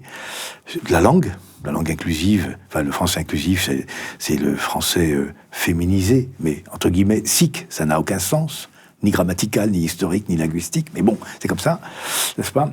C'est la question du genre, il n'y a plus de sexe, il y a des genres. Il n'y a pas masculin-féminin, non. Il y a ce que vous voulez, voilà. Je peux dire, moi je suis une girafe. Ben voilà, je suis une girafe. Et j'exige d'aller chez le vétérinaire. Il y a des gens comme ça qui ont fait ça, qui se disaient, je suis un chat. je vais chez le vétérinaire et je veux que ce soit remboursé par la sécurité sociale. Je veux dire, on est chez les fous. Mais simplement, au début, je pensais sincèrement que c'était pratiquement... c'est des trucs de potache, je me suis dit, c'est pas vrai, ils sont pas sérieux, quoi. Mais ils sont très sérieux. Et ils ont envahi l'esprit d'un certain nombre de nos futures élites, par exemple à Sciences Po, par exemple à Paris 8, par exemple à Toulouse, par exemple, etc. Bon, des exemples abondent où l'université se trouve littéralement envahie, j'allais dire infestée, mais presque. Pas loin, c'est viral, quoi. Hein, par cette espèce de folie idéologique qui s'apparente à une religion, comme le dit le professeur Bronstein dans son livre « Le wokisme comme religion hein, », avec des caractéristiques sectaires, n'est-ce pas ? Le dialogue avec les contradicteurs, avec ceux qui considèrent que c'est une folie intellectuelle, scientifique, est impossible, puisque quand vous apportez la contradiction à wokiste, il vous dit « Mais d'où parles-tu ? Qui es-tu » Moi, quand je parle, je suis un blanc, patriarcal, effectivement, j'ai l'âge d'être un patriarche. Je suis judéo-chrétien, je suis hétérosexuel, je suis chasseur, je conduis une voiture diesel, je fume. Donc j'ai toutes les tares du monde, n'est-ce pas ? Et donc je ne peux pas être admis à débattre. Voyez-vous ? Donc c'est un système d'exclusion terrible hein, qui ne laisse aucune place à la contradiction ni au débat. Ces gens sont dangereux pour la société européenne, pour la société française en particulier. Ils sont puissants dans l'édition, ils réécrivent des ouvrages de manière à ne choquer aucune minorité. Ils les réécrivent parfois en écriture inclusive. Il y a des manuels scolaires en écriture inclusive. Alors justement, ce que je vais vous demander, c'est est-ce qu'il y a un entrisme de cette idéologie à l'école ? Mais bien sûr, à l'école. L'université, c'est fait, ils sont entrés, et parfois ils sont hégémoniques, et ils exercent à ce moment-là leur tyrannie sur ceux qui ne partagent pas leur point de vue.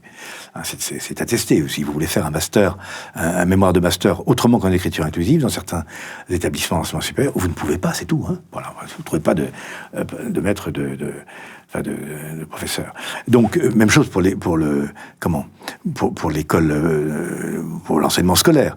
La circulaire Blanquer de 21 interdit explicitement l'usage de l'écriture inclusive dans l'enseignement. C'est très bien. Sauf qu'elle ne l'interdit pas, elle ne peut pas l'interdire dans l'édition. Et l'édition des manuels scolaires est contrôlée par des organismes qui veillent, à ce que la diversité, concept mou qui n'a jamais été défini par personne, soit respecté, et deux, que l'écriture inclusive puisse entrer comme un marqueur précisément de respect de la féminité ou du féminisme ou de la féminitude. Bref, vous voyez, et vous avez donc maintenant des manuels scolaires où vous trouvez le pronom « il ». Il y a pronom personnel, il, elle, yel. Voilà. Et on peut continuer, il y en a d'autres, au pluriel aussi, je sais pas ce que ça donne, c'est affreux. Enfin bref. Toujours est-il que ça entre partout. Les syndicats, évidemment, d'extrême gauche, sont très favorables à ça, car ils s'imaginent, sincèrement, c'est ça le pire, que l'écriture inclusive est une contribution à l'émancipation des femmes. Et on va ainsi dans le mur. C'est pourquoi il faut combattre cette idéologie sans faiblesse. Hein, vraiment, c'est ce que nous faisons, par des propositions de loi, par des interventions dans les médias, par des interpellations, etc. Vous parlez de la menace aussi islamiste. Effectivement, ce qu'on observe, c'est qu'il y a chez les professeurs, il y a déjà un danger, parfois, à être professeur, c'est-à-dire que on a tous, évidemment, les exemples de Samuel Paty, plus récemment de Dominique Bernard, en tête. Il y a un silence, c'est parfois, comme vous le disiez, on ne peut pas enseigner certains sujets. Voilà, on évite. Plus de 50% des professeurs admettent, il y a ceux qui ne l'admettent pas, mais qui l'ont fait quand même, s'être autocensurés. Et effectivement, voilà, il y a une forme de, comme vous dites, il y a une forme de crainte à ce niveau-là. Oui. Comment est-ce que un professeur aujourd'hui qui n'est pas forcément soutenu par sa hiérarchie peut aller enseigner, justement, Charlie peut aller enseigner le conflit israélo-palestinien? Il faut qu'il ait beaucoup de courage. Parce que la terreur, ça marche.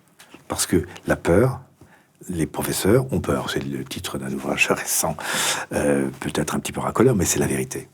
Dans certains quartiers, dans certains établissements, comprenant donc, scolarisant des enfants soumis à l'influence islamiste, les professeurs réfléchissent à 2 fois avant d'aborder certains sujets. Et ceci n'est pas leur faire injure. Ils pensent à leur sécurité, à celle de leurs proches, et aussi à leur confort pédagogique, c'est-à-dire qu'ils ont besoin de faire cours. Ils ne peuvent pas passer leur temps non plus à expliquer à la classe médusée que tel point de vue est un point de vue qui n'a rien à faire, qui n'a rien de scientifique, et qui relève de l'opinion et non pas de la science, etc. Il faut aussi qu'ils puissent faire cours. Donc, moi, je ne leur jette sûrement pas la pierre. Simplement, c'est un fait. Alors, quand vous dites que la hiérarchie ne les soutient pas, on a vu avec Paty que c'était le cas, c'est vrai. Il y a des hiérarchies qui soutiennent quand même, il ne faut pas généraliser. Mais le problème est plus profond, c'est ce que je vous disais. Gabriel Attal, comme ses prédécesseurs, alors en tout cas son prédécesseur direct, n'admettait pas de désigner nommément l'adversaire. Bien sûr, au passage, on peut dire islamisme radical, séparatisme.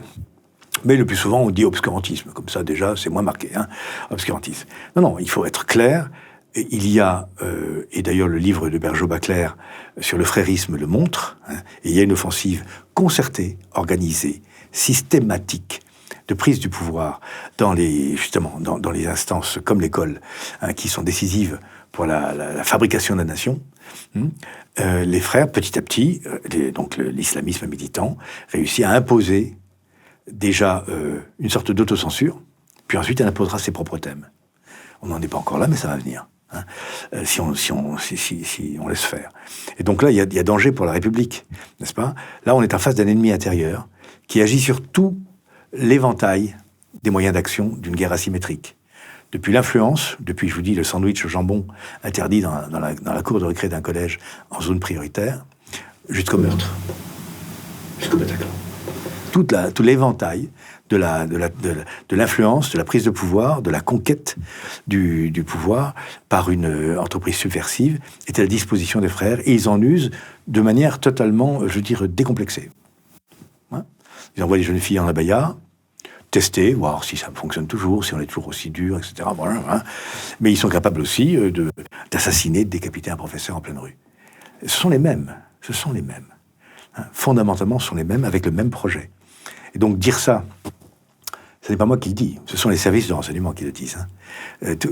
Quand j'interviens sur ces questions-là, je dis toujours, il faut citer les notes du renseignement intérieur qui ont fuité dans la presse il y a quelques semaines ou quelques mois, et qui disent les abayas, c'est une offensive concertée, pilotée par les frères musulmans, c'est-à-dire par les mosquées salafistes et wahhabistes. Ça, c'est du français, c'est clair. Et si le ministre ne le dit pas, et s'il ne prend pas des mesures radicales pour mettre fin à cela, nous aurons une école à plusieurs vitesses. Il y aura bientôt une école de type arabo-musulman, avec des petits bouts de charia, des interdits, ce qui est haram, ce qui est halal, etc. Bon, ça commence à bien faire, si vous voulez. C'est absolument mortel pour nous, il faut réagir. Et moi, j'estime que le gouvernement sous-estime ou feint de sous-estimer la réalité de la menace. Il y a aujourd'hui des écoles musulmanes, par exemple, mais pas uniquement, mais qui sont hors contrat, qui diffusent un enseignement qui est différent de l'enseignement général. Est-ce qu'il faut aller justement sur tout ce qui est privé hors contrat? Est-ce qu'il faut plus le contrôler? Est-ce qu'il faut l'abolir? Est-ce qu'il faut laisser cette forme d'éducation se développer? Moi, je suis pour la liberté de l'enseignement. C'est-à-dire que, a priori et par principe, l'enseignement dans notre pays constitutionnellement est libre. C'est-à-dire que on peut avoir des écoles confessionnelles chrétiennes, juives, arabes, je sais pas moi, bouddhistes, j'en sais rien. Bref, peu importe. Le tout est que comme le dit la Constitution et comme le dit aussi la Déclaration des droits de l'homme et des citoyens, que tout cela se déroule dans le cadre des lois. Et les lois sur l'éducation précisent un certain nombre de choses relativement au contenu dispensé. On ne peut pas enseigner n'importe quoi. Quand on fait une école, même quand elle est libre et sans contrat avec l'État, on ne peut pas raconter n'importe quoi. C'est interdit par la loi. On dispense un enseignement qui est prévu par la réglementation. Voici les programmes du CP, enfin même de maternelle, jusqu'en terminale, ils doivent être respectés. Et donc, il faut les contrôler, d'où les inspecteurs. Et puis, ceux qui ne le font pas correctement se voient, se voit tensé par l'administration, avec un système d'avertissement, et ensuite on ferme l'établissement si vraiment il y a... Si un lycée musulman devient en fait une madrasa, c'est-à-dire une école religieuse, ça n'est pas acceptable. Il peut y avoir des madrasas, il peut y avoir des catéchismes, il y en a aussi, catholiques ou protestants, ou que sais-je, la pastorale, mais en dehors du temps scolaire, et pas dans une formation scolaire, une formation privée. Je veux dire, on va à la mosquée, on va à l'église, et puis... bon. Et donc, il ne faut pas confondre les genres. Moi, je suis pour la liberté d'enseignement, une liberté qui s'exerce sous le contrôle vigilant, bienveillant, mais vigilant, de l'État, qui doit veiller que les écoles ne se transforment pas en centre de propagande, qu'elles soient politiques ou religieuses. Maintenant, je voudrais sortir un petit peu du sujet de l'éducation directe pour élargir à la culture. Il y a presque 500 ans, François Ier, roi de France, décidait de l'édit de Villers-Cotterêts qui allait faire des registres de tous les baptêmes, toutes les naissances, tous les mariages, toutes les morts en langue française dans tout le pays, tout le royaume.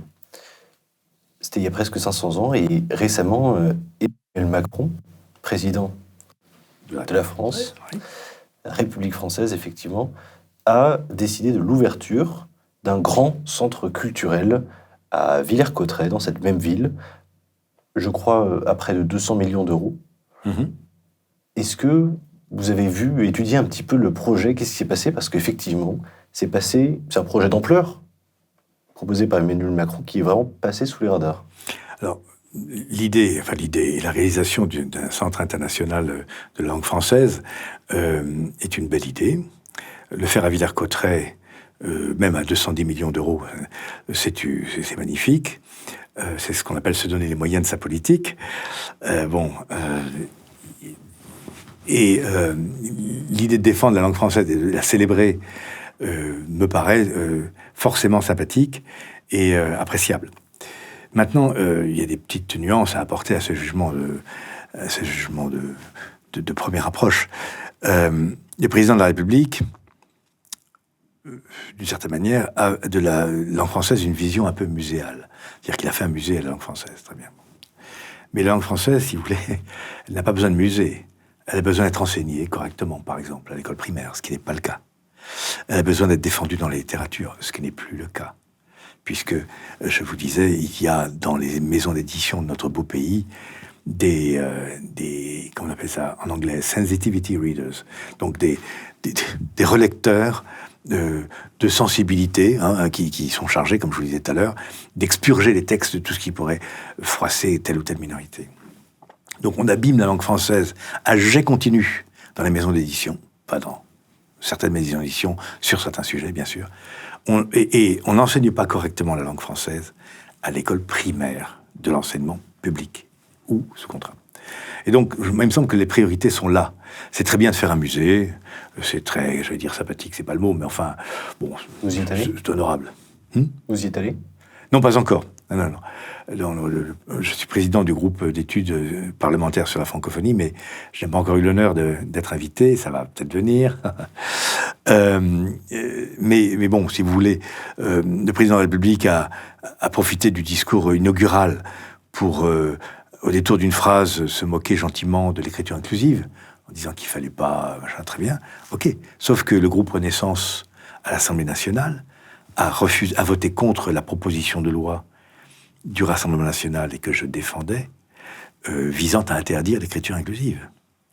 Ils ont voté, le groupe Renaissance, parti macroniste s'il en fut, a joint ses voix à la NUPES pour faire barrage à ce texte, n'est-ce pas? Donc, il suffisait au moins de s'abstenir et le texte passait. Maintenant, le président de la République dit l'écriture inclusive, c'est pas bien, et les députés Renaissance se trouvent gros gens comme devant. Ils avaient l'occasion là de l'interdire, ils ne l'ont pas fait. Alors, bon, il paraît que les Républicains ont déposé un projet de loi similaire. On va bien voir ce que ça va donner. Vous dites être gaulliste. Oui. Vous êtes peut-être un peu bonapartiste sur les bords aussi. Oui, c'est pas contradictoire. Il n'y a pas de contradiction. Je pense que... Qu'est-ce que, aujourd'hui, ces deux figures historiques ont à transmettre pour vous? Je ne parle pas au niveau politique, mais est-ce que ce sont des figures qui peuvent aujourd'hui faire rêver les enfants, je ne sais pas, peut-être à enseigner? Qu'est-ce qu'il y a à tirer d'eux chez les jeunes aujourd'hui? Ce qui est frappant déjà, c'est que ce sont deux militaires. Bon, ce n'est pas que... Alors, n'entendez pas dans ce que je dis une sorte d'appel au chef, n'est-ce pas? Je ne veux pas du tout du général de Villiers comme président de la République, sûrement pas. Non. Mais je veux dire, c'est intéressant parce qu'ils sont hors du jeu politique habituel. C'est à la fois leur vision de la grandeur de la France et du rôle de la France dans le monde, et leur charisme, leur personnalité de chef charismatique, qui a fait d'eux les personnalités, les personnages, les icônes, les statues qui sont devenus. Et que tout le monde admire aujourd'hui, après les avoir largement insultés d'ailleurs, là, en tout cas pour De Gaulle, très largement. Tout le monde est gaulliste, sauf que les trois quarts des gens qui s'en réclament l'ont copieusement injurié, insulté et dénigré pendant qu'il était aux affaires. Donc, moi, je pense que pour la jeunesse, c'est un parfait modèle. J'incite, quand je le peux, des scolaires, enfin plutôt d'âge un peu plus avancé quand même, à lire le général de Gaulle comme un auteur. C'est que c'était un écrivain remarquable. Et quand on lit, pour commencer, les mémoires de guerre, l'appel, notamment, le premier tome, on est saisi par la puissance du verbe et de la pensée et la profondeur de vue du général de Gaulle. Et ceci n'a pas pris une ride. Ceci doit continuer à nous servir, à mon avis, de modèle. Et je recommanderais volontiers l'étude du général de Gaulle au titre des grands auteurs en terminale littéraire, enfin en première littéraire, vous voyez, parce qu'effectivement c'est un style merveilleux. En plus, il parle de notre histoire récente, il en explique les soubresauts, il montre la difficulté qu'il y a à gouverner un pays comme la France et qui est toujours tenté par... il le dit lui-même d'ailleurs. Hein, la France, il la voit comme la Madone au mur des églises, faite pour des malheurs exemplaires ou des succès achevés, à peu près de mémoire, c'est ça. Hein. Il y a effectivement dans notre histoire ce mouvement permanent, un peu oscillatoire, hein, entre la médiocrité où nous nous trouvons maintenant, et puis des moments de sursaut, de gloire, de grandeur absolument magnifiques, qui font partie du roman national, qu'il faut absolument enseigner aux enfants des écoles et du collège. Ce qui n'est pas le cas. Actuellement, il y a des enfants, des élèves, qui n'ont jamais entendu parler de Jeanne d'Arc, de Clovis, de Du Guesclin ou de Colbert. Ils n'en ont jamais entendu causer. C'est jamais rencontré, quoi. Hein. Donc, je pense que ce que nous ferons à ce sujet-là, je reviens à l'éducation, pardonnez-moi, nous allons rétablir les frises historiques dans toutes les classes, école, collège. Pour les élèves distraits, c'est pas forcément une bonne idée. Mais si, justement. Je me souviens, parce que moi, comme je vous l'ai dit, j'étais un peu un cancre, hein, quand j'étais enfant, et j'avais le regard qui divaguait, cherchant à m'évader, et top, je tombais sur la frise historique, et donc je me souviens très bien. 1515, Marignan, Vincent Ier, Chambord, Villers-Cotterêts, Henri IV, Ravaillac. Vous voyez, tout ça, j'avais appris, en fait, d'une certaine manière, en rêvant. Et je trouve ça magnifique, parce que c'est très structurant. Pour un enfant, pour un adolescent, pour un jeune homme ou une jeune femme, c'est très structurant de pouvoir se rattacher à cette continuité historique et à cette construction de la nation française. Ce que nos enfants n'ont pas l'air de comprendre aujourd'hui, c'est que nous sommes construits. Nous ne sommes pas là par hasard, quoi. Hein. Nous sommes construits à coups de canon, à coups d'épée, à coups de génie, mais également à coups de défaites terribles, à coups de fractures, de guerre civile. Enfin, et je trouve que De Gaulle et Napoléon ont ceci en commun, c'est qu'ils ont fait la synthèse de tout ça. Hein, Napoléon a mis fin à la Révolution, tout en préservant les acquis principaux, en essayant d'élargir le précaré, même s'il a rendu la France plus petite qu'il ne l'avait trouvée. Bon, c'est comme ça. Hein. Et De Gaulle, c'est pareil. Il a ramassé le drapeau qui était tombé au sol et il a réussi vraiment à la force de sa volonté, du verbe et aussi de son génie politique, à faire en sorte que nous soyons dans le camp des vainqueurs et non pas dans celui des pays occupés. Bon, ce sont des modèles. Autrement, quand on vous entend parler d'histoire et de de langue française, on voit que effectivement, vous êtes un homme de culture, ce qui est le reproche qui est fait souvent aux politiques, c'est de ne pas en être, justement. Une phrase qu'on entend souvent quand on se balade un peu partout en France, c'est ils sont pas au niveau. On se souvient de Pompidou, qui lui était professeur agrégé normalien. Ah oui, bien sûr. Comment vous expliquez cette baisse du niveau, le fait que, en fait, peut-être que les politiques ne lisent plus, ne connaissent plus leur histoire. Comment vous expliquez ça ? C'est très difficile à comprendre parce que les études qui préparent les gens à l'exercice des responsabilités administratives, puis après du pouvoir, c'est-à-dire grosso modo l'ENA essentiellement, HEC et l'ENS, l'École normale supérieure, sont des études dont les contenus sont superbes. Je veux dire, il n'y a rien à redire sur le niveau d'attente, en tout cas, et de ce qui est délivré. Donc le paradoxe, c'est qu'effectivement, on rencontre de plus en plus de dirigeants politiques qui semblent incultes. Et ça m'intéresse parce que je crois qu'ils sont instruits, mais qu'une certaine manière, ils n'ont pas compris ce qu'ils ont appris. Et je pense, alors là, vraiment, je vous parle librement, librement, précédemment aussi, mais je veux dire, j'improvise parce que c'est une réflexion que je me fais en permanence. Quand j'écoute les ministres au banc, le mardi, lors des questions au gouvernement, et que certaines nous répondent, je me dis, mais putain, c'est invraisemblable, quoi. On a affaire à des gens incultes, qui ne comprennent pas le sens de ce qu'ils disent. Lorsque j'entends la ministre des Affaires étrangères, Mme Colonna, nous dire, avec des larmes dans la voix, que la guerre, ça tue, je me dis, mais est-ce qu'elle n'a jamais réfléchi au rôle de la guerre dans l'histoire, au fait que la France est faite à coups d'épée, qu'en effet la guerre ça tue, mais qu'il y a des guerres justes, celles qui libèrent, puis des guerres injustes, celles qui oppressent. Et non, pour elle, la guerre c'est mal, quoi. Et donc c'est effrayant, c'est de l'inculture, ça.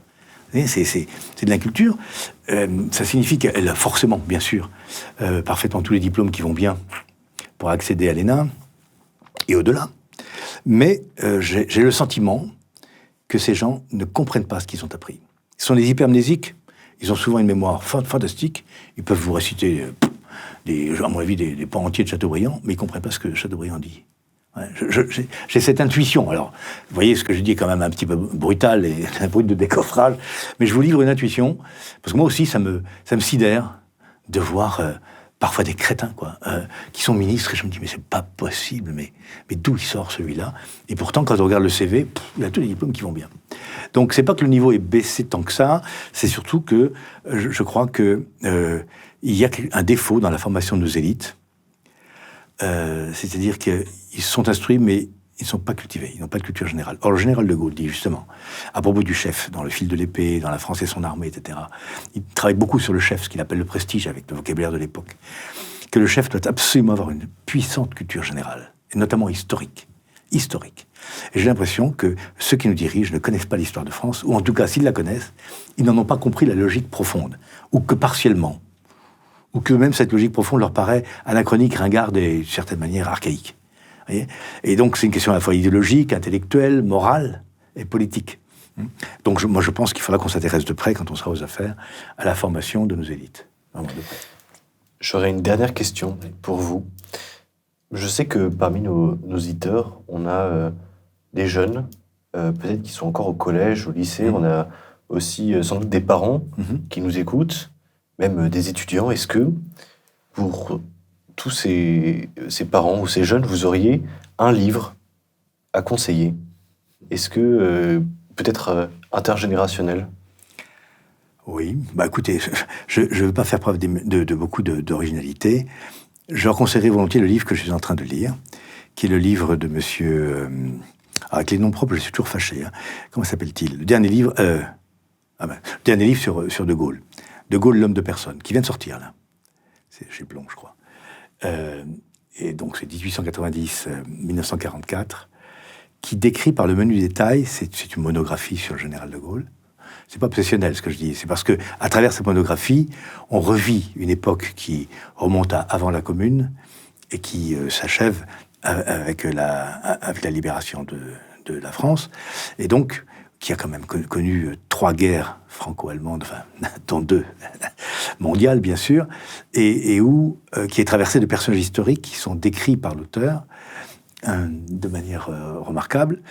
Et je trouve que c'est à la fois une leçon de littérature, une leçon d'histoire, et une approche, justement, de ce qu'est vraiment le roman national. C'est-à-dire qu'on traverse toutes ces périodes, l'affaire Dreyfus, le scandale de Panama, etc., la Première Guerre mondiale, les hécatombes, la victoire volée, la Rhénanie, la montée du nazisme, etc.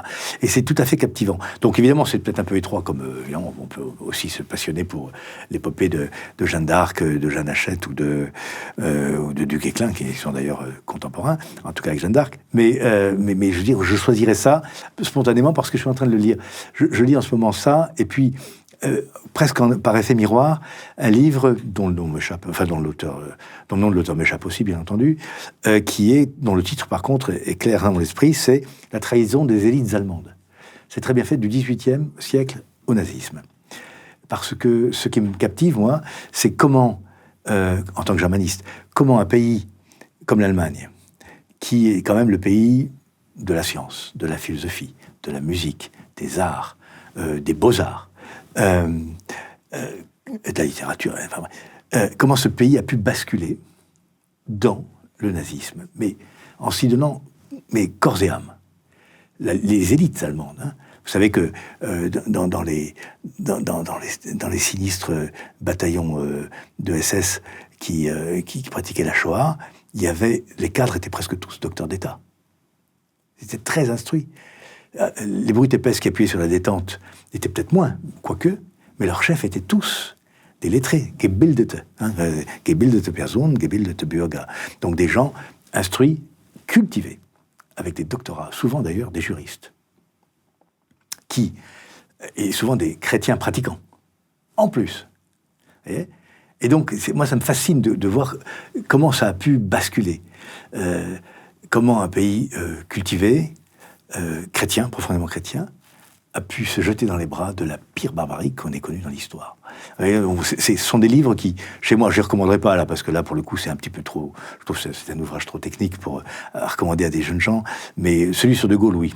Il faudrait vraiment que je retrouve le nom de l'auteur, ce serait quand même mieux. On le trouvera au... On le trouvera, oui, vous le mettrez dans l'incrustation. De même, la lettre de ce jeune résistant fusillé, là. Ah, je regrette de ne pas l'avoir... C'est un problème pour un homme politique de ne pas avoir la mémoire des noms. C'est pour ça qu'on est les assistants. Voilà. Merci beaucoup, Roger Chudeau, pour votre participation. Avant de terminer, je voudrais juste rappeler à nos abonnés payants numériques que vous allez pouvoir disposer d'une plateforme communautaire pour poser vos propres questions aux invités. Donc, n'hésitez pas à nous rejoindre et à vous abonner sur notre site internet. Merci beaucoup, Roger Chudeau. Merci à vous, merci beaucoup pour cette interview et ce bon moment passé ensemble. Merci.